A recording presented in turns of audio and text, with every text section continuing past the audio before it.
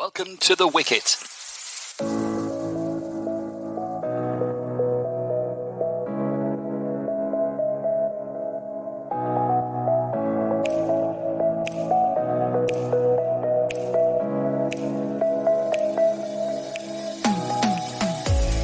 Yes, hello and welcome to another episode of The Wicket, where, as ever, we're looking at cricket in the Gulf, Asia and worldwide.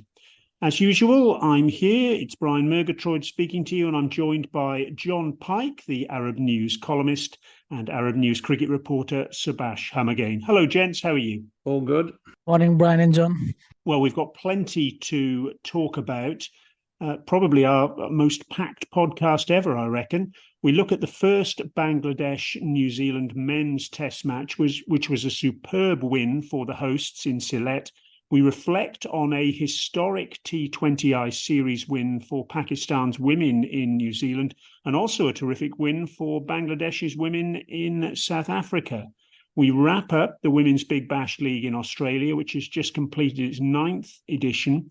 We look ahead to the Women's Premier League, Pakistan Super League and Indian Premier League auctions, and also to the start of a busy period of women's cricket in India, with England and then Australia touring. There's a final word on the India-Australia men's T20I Series that finished following our previous episode, and we look ahead to India's tour of South Africa.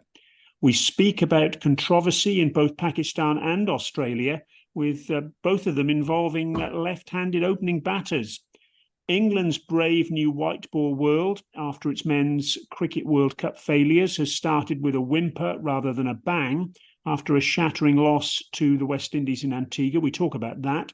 We speak in praise of Uganda after their qualification for the T20 World Cup in the Caribbean and the USA.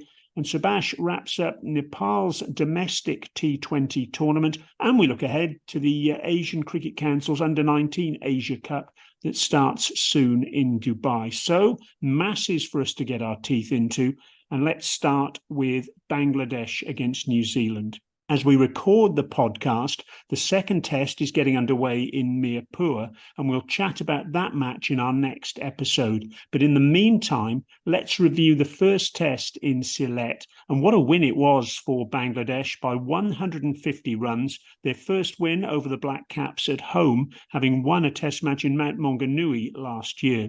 There were 10 wickets for spinner Taijul Islam and 100 for Kane Williamson, but the key contribution was surely that of Najmal Hossain Shanto on his captaincy debut for Bangladesh, making 105 in 4 hours in the second innings, after the first innings of the two sides had finished with just a 7-run difference. New Zealand was set 332 to win and never got close, despite Daryl Mitchell's 58, and the margin of defeat was only lessened by late contributions from Ish Sodhi and Tim Southee. Subas, how would you rate this win in Bangladesh Test history? I think it was a good win. At home, they beat Ireland and Afghanistan with ease, but this was a new test for them. And they just continued the form they left in New Zealand. I think Captain Kane was the difference in the first innings. His 100 surely decreased the difference, but Taijul Islam did the job in second innings. New Zealand never really looked close after that poor end of the show in day 4. What about that contribution of not only Taijul, but also the captain Shanto? I think Shanto deserves huge credit for the way he batted in their second innings, especially after that run out. Mominul and him were looking good, putting up a huge target, but Musib partnered well and they posted a good total on the board. It was enough for bowlers to defend.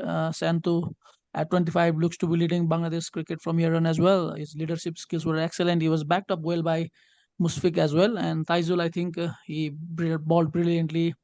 He's been the main man in bowling attack recently with nearly 50 test matches. He's nearing 200 wickets milestone as well. And he was the difference as he got Kane in both the innings. And Daryl Mitchell's wicket was really important to reduce New Zealand in that total. John, did New Zealand get their selection wrong? There was no Rachin Ravindra, and they played only 2 seamers, Captain Tim Southee and Kyle Jamieson, while Bangladesh played only 1 seamer.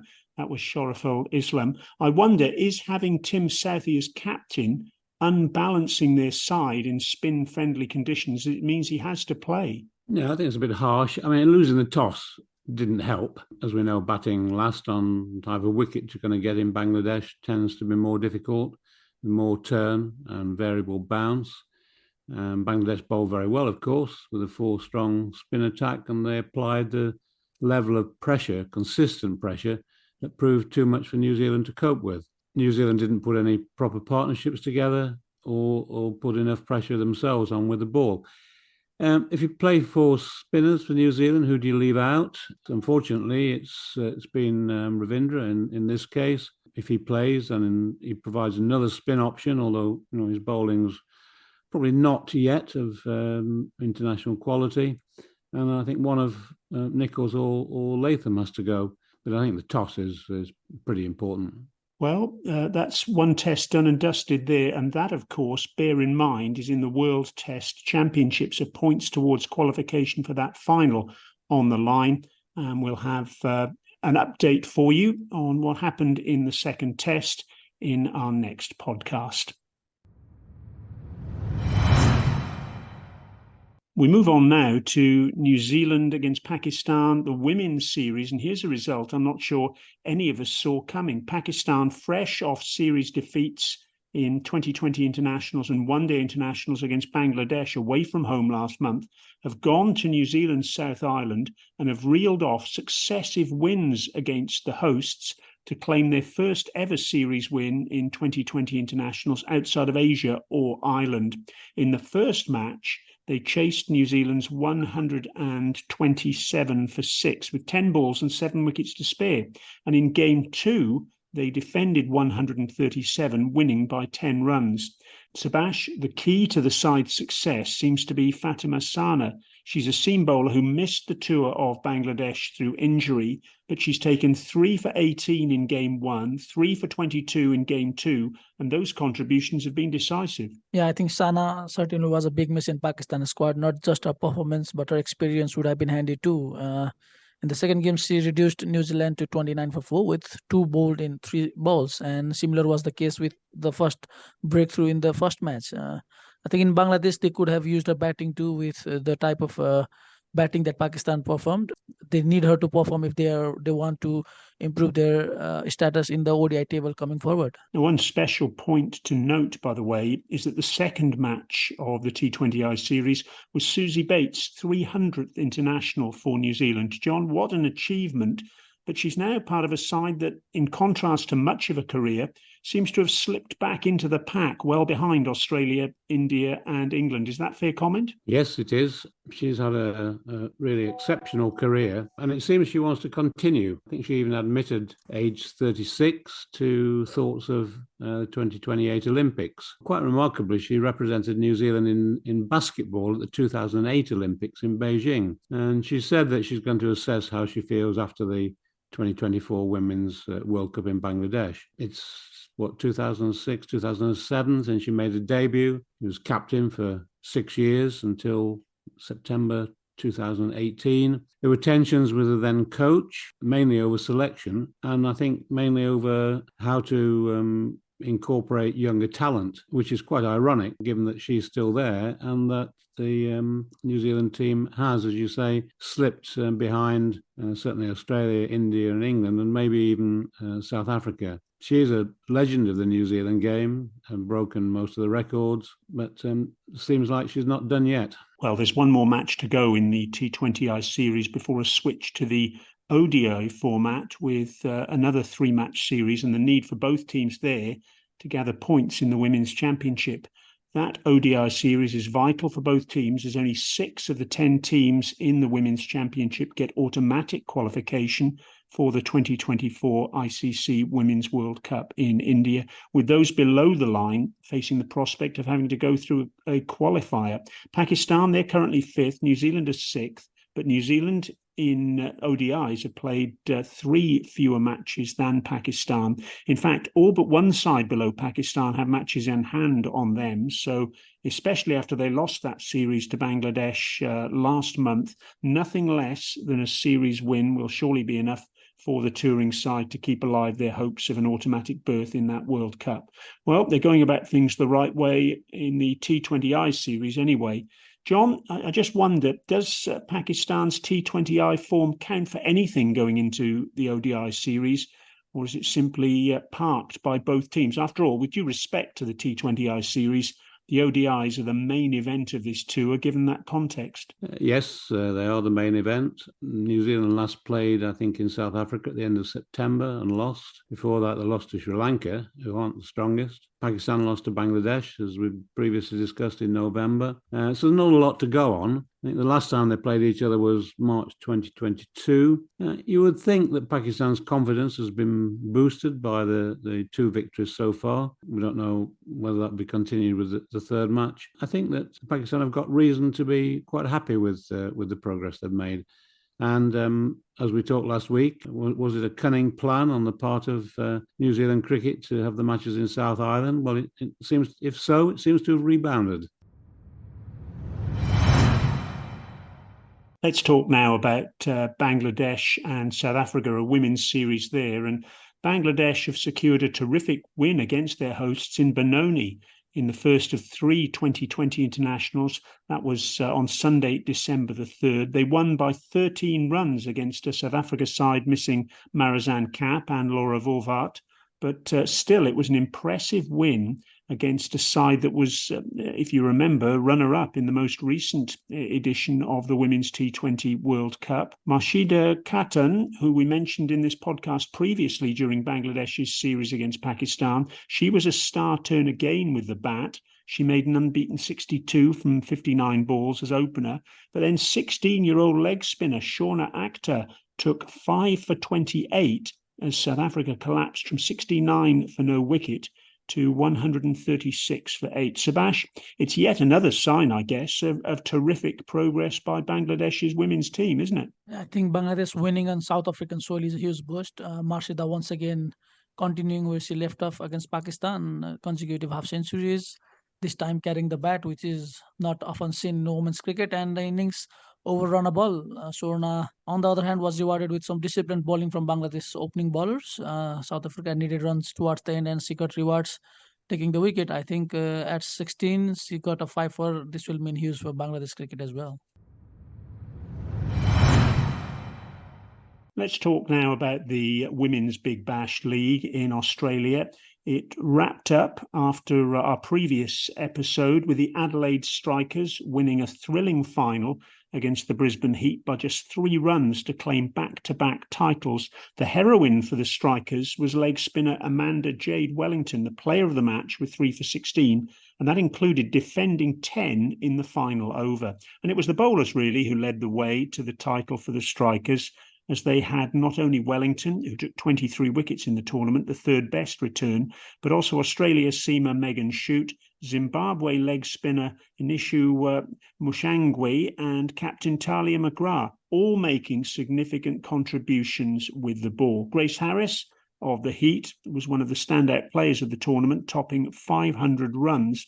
And you may well have seen on social media during the tournament, her hitting a 6 with a broken bat, which was quite a remarkable thing. If you haven't seen that, please have a hunt for it. It's well worth watching.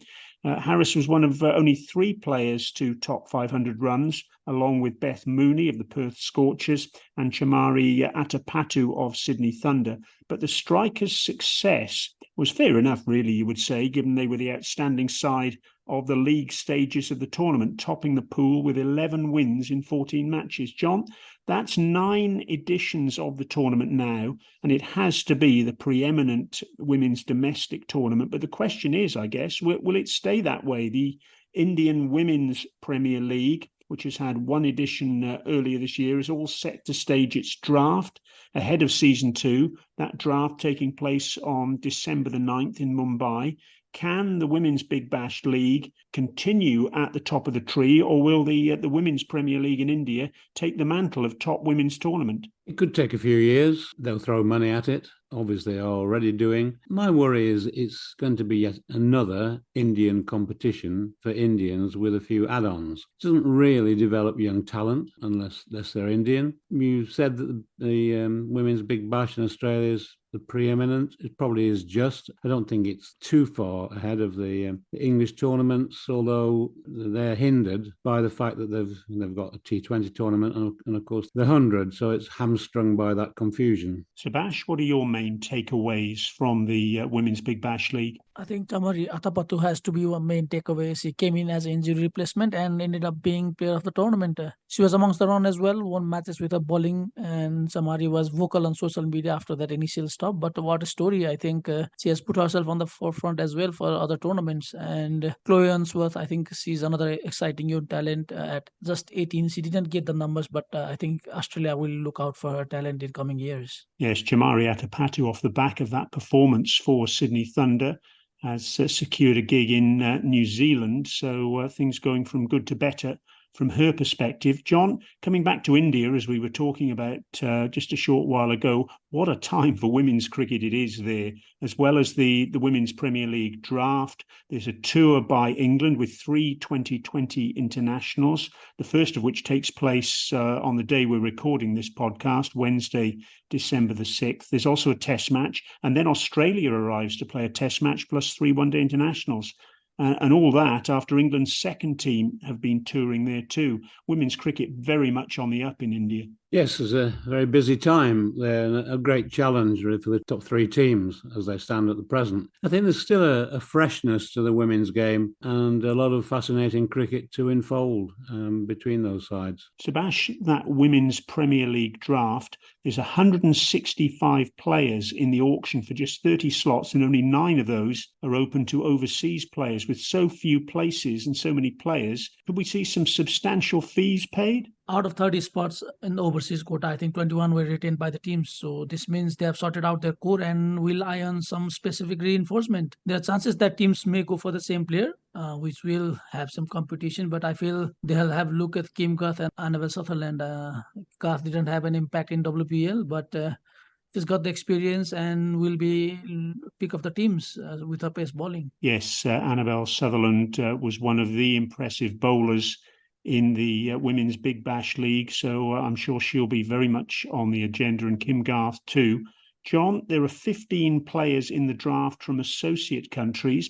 Tara Norris of the USA made an impact in the previous edition with 7 wickets in 5 matches, a seam bowler.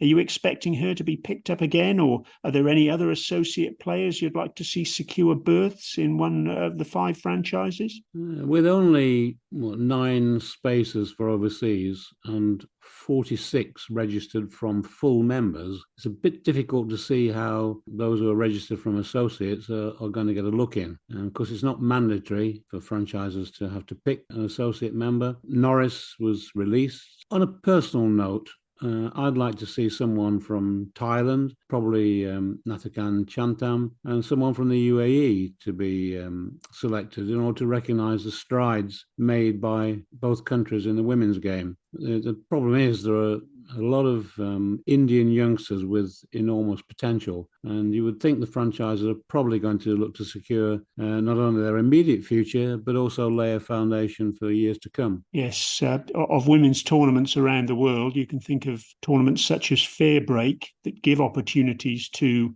those players outside the so-called big countries. And of course, in the UAE, in the men's game, there's the ILT20, where it's mandatory to have associate players and UAE players, but it's not always the case, as you pointed out there, John. And yes, that's more's the pity, really, from an associate perspective, that those players don't get those opportunities. Anyway, we'll keep across all the women's cricket action in India that's due over the next month, starting in the next episode of the podcast. So please stay with us. Well, it's definitely auction time, you can be sure of that. In addition to the upcoming Women's Premier League auction, there's also the Pakistan Super League auction set for December the 13th. And 6 days later, there's the Indian Premier League auction, the IPL. That IPL auction is taking place in Dubai, and we'll see 10 franchises look to fill 77 slots. There's context to all these T20 tournaments, of course, as everything is leading towards the ICC Men's T20 World Cup in the Caribbean and the USA next year. Subas, presumably that context is why we're seeing 7 of Australia's 50-over Cricket World Cup winners, Pat Cummins, Travis Head, Mitchell Starc, Josh Hazlewood, Steve Smith, Josh Inglis and Sean Abbott, all putting their names forward. I think IPL is excellent opportunity for players to get into the T20 group.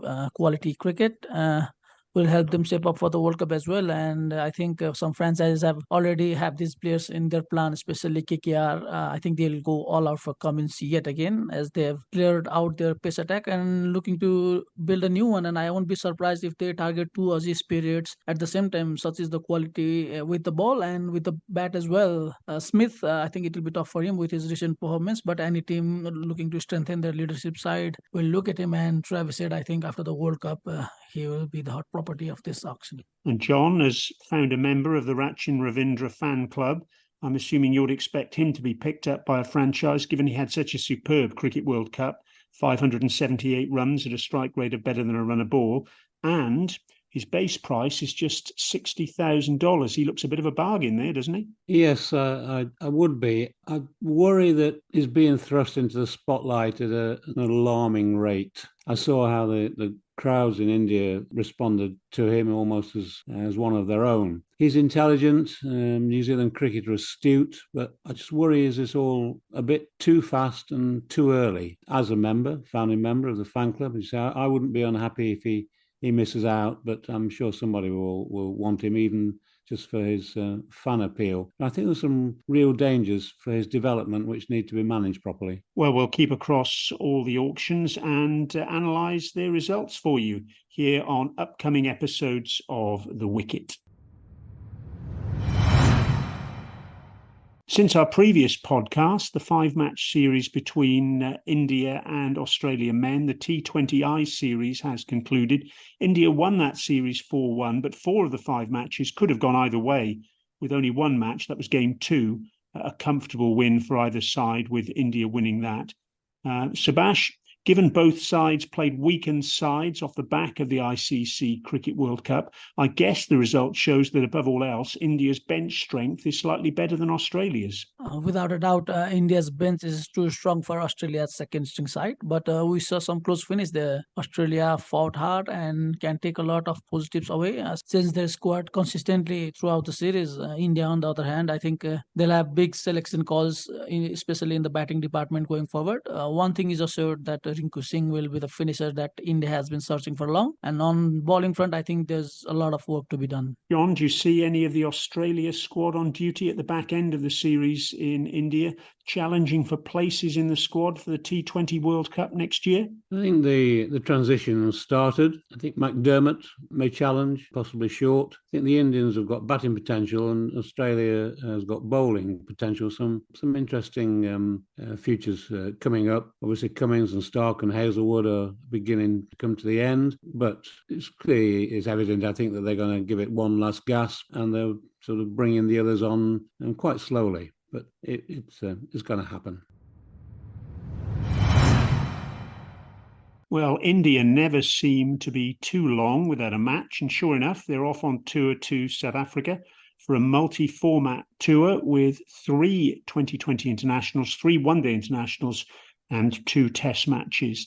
The white ball action comes first, and interestingly, Temba Bavuma and Kagiso Rabada have been rested from those matches so they can get ready for the tests to follow. I say interesting, as South Africa have already said they'll be sending a below-strength test squad to New Zealand next year as it coincides with the SA20 tournament. Subas, what about India's squads? A decade ago, I don't think many would have thought that the change in format would go this way. India have named 3 squads with 3 different captains, and the core of the squad in all formats is different as well. They brought in new players. I'm excited to see Sai Sudarshan if he gets a game. And in test, I think both Ajinkya Rahane and Cheteshwar Pujara getting dropped at the same time was a bold call. We may see new look middle order in tests going forward. They're looking forward to the next cycle. And India, with their domestic structure getting really strong, and they're making most out of it. Sad that their wait for the Elijah Trophy never seems to end, but I think that's a bold call, looking forward to the young guys.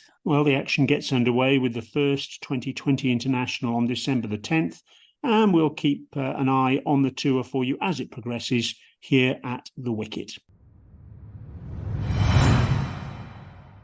Well, it wouldn't be an episode of the Wicket without us having some controversy in Pakistan to speak about. And this week, it's the very rapid about turn that's followed Salman Butt's appointment as a consultant to the chief selector Wahab Riaz.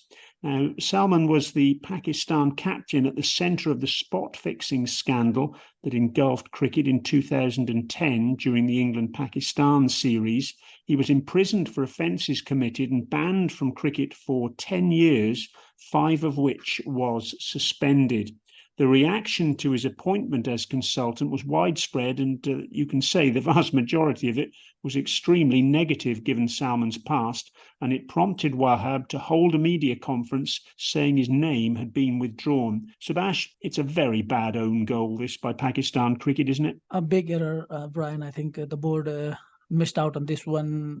We even saw a former Pakistan international criticizing board openly after the appointment was announced. There are other individuals who can take the role, and PCB to announce this when they were already in problem was bad. They tried to make things right with withdrawal, but giving NOC to BBL players tried to have damage control, but I think the big damage has already been done. John, surely only life bans, with life meaning life, are sufficient to stop the issue of match and spot fixing rearing its head again and again, isn't it? Yes, I would agree with that, but I suspect there are rather deeper channels behind all of it, and it's not that easy, which is rather sad. When you think about the 6 years for Marlon Samuels, and he's already retired, it comes back again, I think, to the asking, can we make the punishment or fit the crime? I don't think the authorities are really strong enough, but as I said, there are some behind-the-scenes reasons probably to explain all of that. Meanwhile, the Australia-Pakistan Test Series draws ever nearer,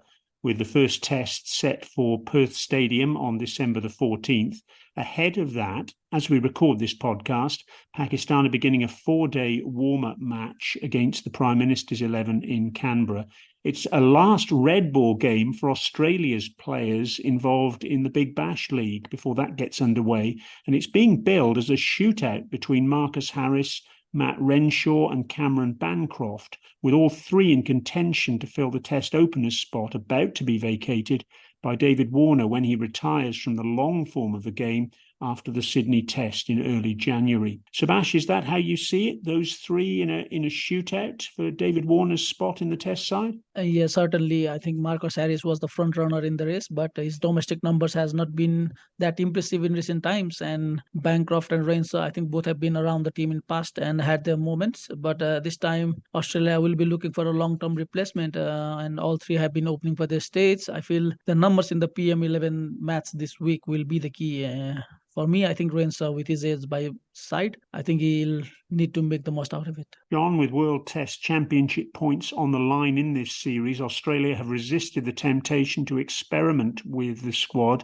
Although West Australia fast bowler Lance Morris has been named as a nod to the need for succession planning with the quicker bowlers, does it surprise you, that resistance to change or even evolution? Or is it fair enough to stick with the players who've had so much success and don't really deserve to be left out? No, I don't think there's any real resistance to change. I think it's right to stick with the players who have brought success. I think that Australia know what they're doing. They've shown that they know what they're doing, and they'll achieve their transition as they see fit. Also in Australia, former Australia fast bowler Mitchell Johnson has hit out at the idea of David Warner being given a jolly send-off in Sydney after the third test against Pakistan, saying the opener still hasn't, in his words, owned his part of the ball tampering scandal that engulfed Australian cricket in 2018. And he's also criticised Chief Selector George Bailey, saying he's too close to the players. John, is it all fair comment, this, or is it, in the words of Warner's manager, James Erskine, a bit sad that a former player is criticising a current one? Well, it is sad, but I think it's also fair. There is an elephant in the room here. And I must admit, when I heard Warner's statement setting out his retirement plans, I was pretty aghast. How dare a player tell effectively a selection committee what to do? It seemed outrageous and it seemed arrogant. The selectors, choose the team, not the players. I think he's out of order, and it needed somebody to say something. And Mitchell Johnson's been the person to stand up and do that. Reading behind the scenes, it looks as if there's been some previous between Johnson and Warner. I think some statements about concerns about how much his wife has been sort of defending him earlier in the year. Seems to have been the sort of the touch paper for this.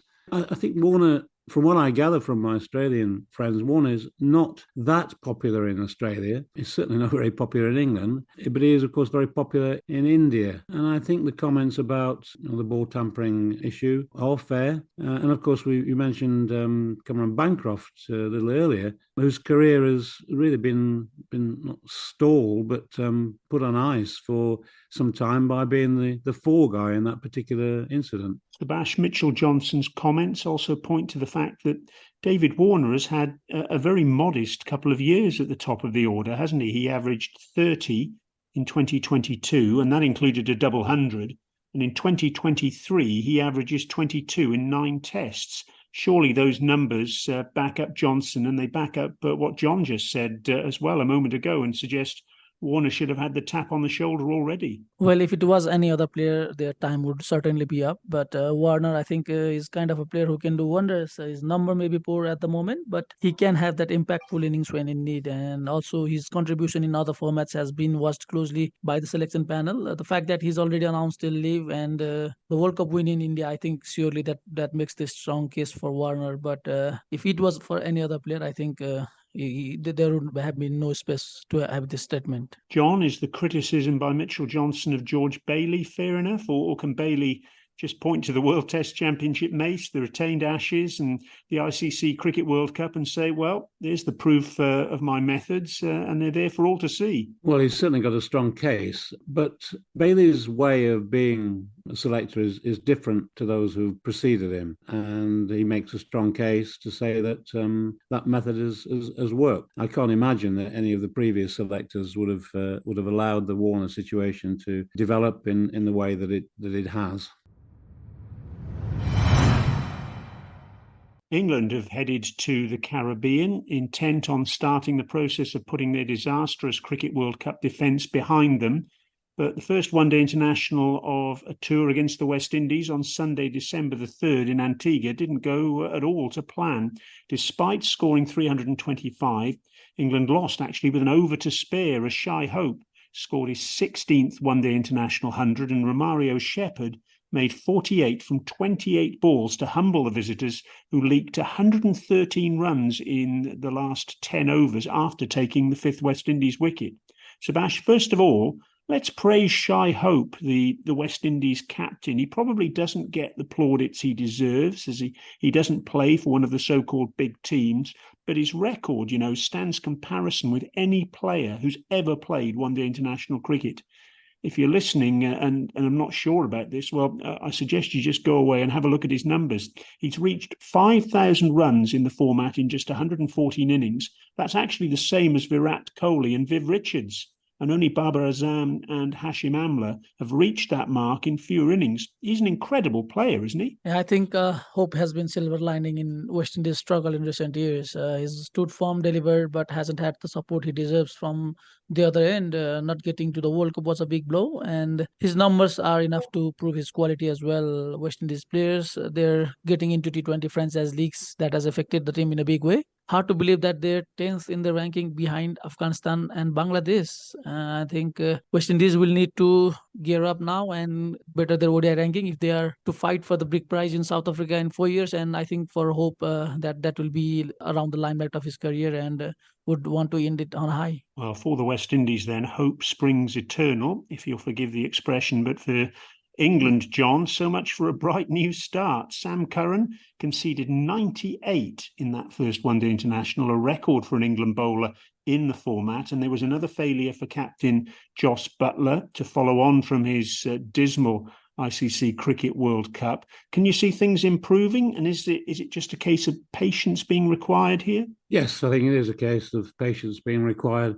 It is difficult to understand what's happened with Sam Curran, the golden boy of an IPL auction last year. It looks a bit as if his performances have been derailed by that sort of hype. He was left out of the latter games in the World Cup. I think he needs probably to have a good look at himself and what he's going to do with the rest of his career.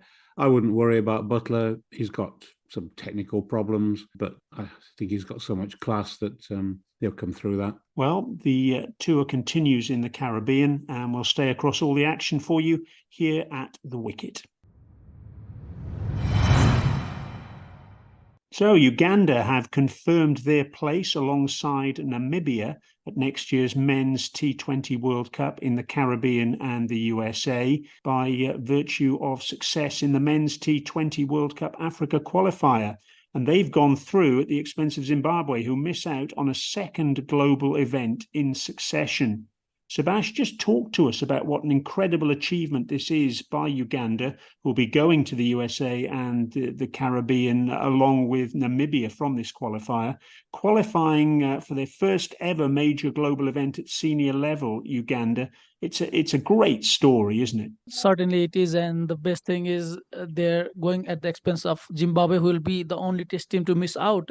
They're going to be ones to watch, the only debutant in this edition, and Zimbabwe, I think, captained by Sikandar Raja, will need some time to digest this, especially after the circumstances that saw them miss out a previous World Cup as well. Uganda, they took one game at a time this in the qualifiers. They didn't let their nerves get better of them. Their celebration after the qualification was enough to explain the joy. There were a few fans around as well, and new associate team coming into world scene will help the game reach new places. And Uganda cricket, I think I've said it previously as well, they've been doing really good in grassroots as well. The women's cricket is developing as well. We had them touring Nepal last year, and the World Cup will only help motivate the board to get newer boys, and the integration of experts in the team has certainly helped, but I think that will only help in the growth of cricket in that region. Well, John, after the failure to make the men's ICC Cricket World Cup and now this disappointment, do you foresee major changes in Zimbabwe cricket now?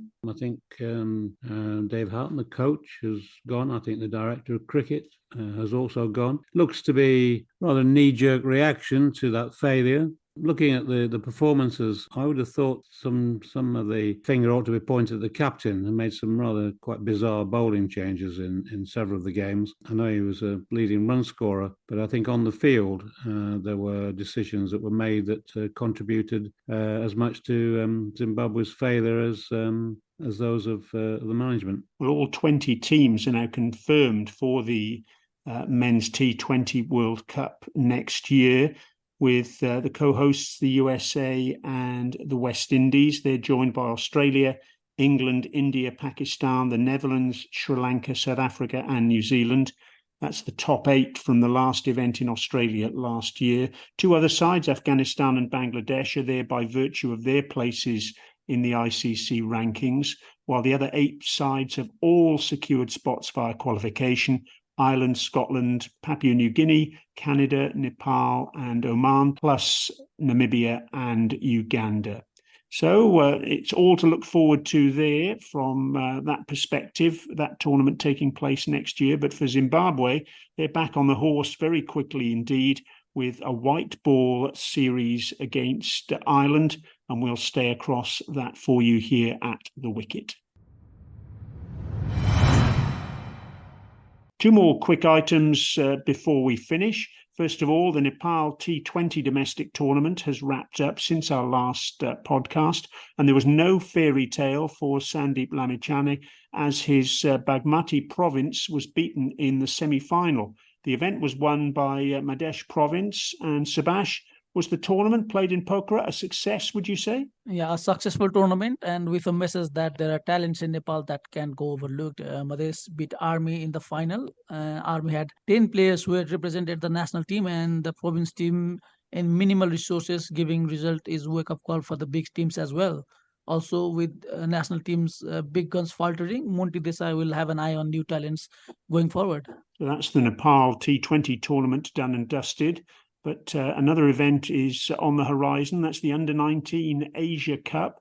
And this gets underway in Dubai on December the 8th. It's a massive event in itself for the players involved, as well as an ideal lead-in for 6 of the 8 sides towards next year's ICC Under-19 Cricket World Cup in South Africa. Those 6 sides off to South Africa are India, Bangladesh, Sri Lanka, Nepal, Afghanistan and Pakistan, while the other 2 sides on show in Dubai are the hosts, the UAE and Japan, who were the surprise packets in the qualifiers earlier this year. We'll keep across this tournament for you and report back in a future podcast. Now it's time to look ahead to the next week and what that has in store. As we always do, gentlemen, what are your plans for this coming week cricket-wise? Subas, first of all, what are you up to? It's game again against India and Pakistan. Seems like that's third time in this year we're playing them, this time in the Under-19s. So trying to end this year on a high note. I think Under-19 boys, they are capable of doing something better than the seniors couldn't do. And John, what are you up to? Keeping warm, I'm guessing, and probably watching England against the West Indies. Yes, that's absolutely correct. But also, I think as I mentioned earlier, the women's cricket in India coming up should be quite exhilarating. Take some mind off England's performances anyway, or England's men's performances, should I say? Yes, absolutely. Well, thanks very much for joining us, Subas and John, and thanks to you for listening here at The Wicket. We'll be back soon with more cricket chat from the Gulf region, Asia and worldwide. Please don't forget to like, subscribe and comment on what you've heard wherever you get your podcasts, and we'd love to hear your feedback. Let us know too if there's anything you'd like us to feature in future episodes. For now, though, this is Brian Murgatroyd along with John Pike and also Subas Humagain saying thanks so much for listening, and we look forward to your company next time.